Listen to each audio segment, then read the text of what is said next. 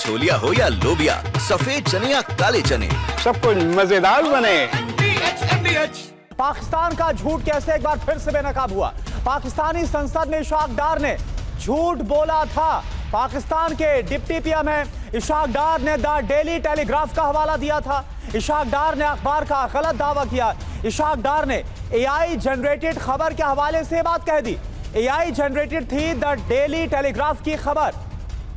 तो सुशील कुमार सिंघल सर, हंसी आती है कभी जो ख्वाजा आसिफ है वो जब विदेशी मीडिया से बात करते हैं तो जब उनसे सबूत मांगा जाता है, जब पाकिस्तान इस बात के हवाई दावे कर रहा था कि उनके फाइटर प्लेन हमने गिरा दिए, तो बोलते जाइए ना आप सोशल मीडिया पर देखिए। और अब इशफाक डार बोल रहे हैं जो एआई जनरेटेड खबर है उसका हवाला देकर संसद में बोल रहे हैं। वहां की जो एयरफोर्स करुणा ये कहूंगा, अगर सोशल मीडिया ही देखना है तो सोशल मीडिया में भी जो ऑथेंटिक सोर्स है कम से कम वो देख लें। यहाँ तो एआई जनरेटेड खबरें देखी जा रही हैं। सर अब क्या ही कहा जाए इस पर।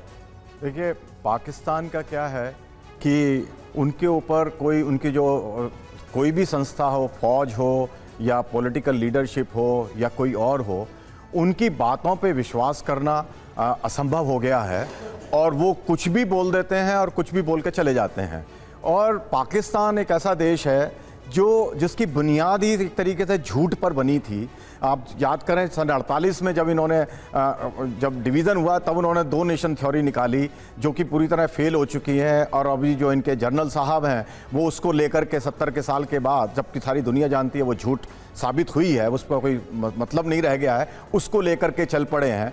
और अब जब इन्होंने ये लड़ाई करने की कोशिश की, जो हरकतें की, उसके बाद अब जो झगड़ा जो आपस में हमारी स्क्रमिशेस हुई और सबको पता है, एविडेंस है कि इंडियन एयरफोर्स ने किस तरह बहादुरी से उनके अंदर जाकर के, जो 71 के बाद आज पहली बार हुआ कि जो ठिकानों पे हमला किया है उसका सबको एविडेंस है। और ये जो है जाके अपनी संसद में जो आके कुछ भी बोल रहे हैं, कोई उनके ऊपर रेस्ट्रिक्शन नहीं है। तो इसीलिए वो जो मेरे ख्याल से वो जो एटॉमिक इसकी चल रही है, जो हमारे डिफेंस मिनिस्टर ने बोला है, वो इसी से रिलेटेड है, क्योंकि उनका कोई भरोसा नहीं है कि कब क्या हरकत करें। क्योंकि हर बार ये अपने स्लीप पर लेकर चलते हैं कि जी हमारे पास परमाणु बम है, कुछ भी करोगे तो हम परमाणु बम चला देंगे।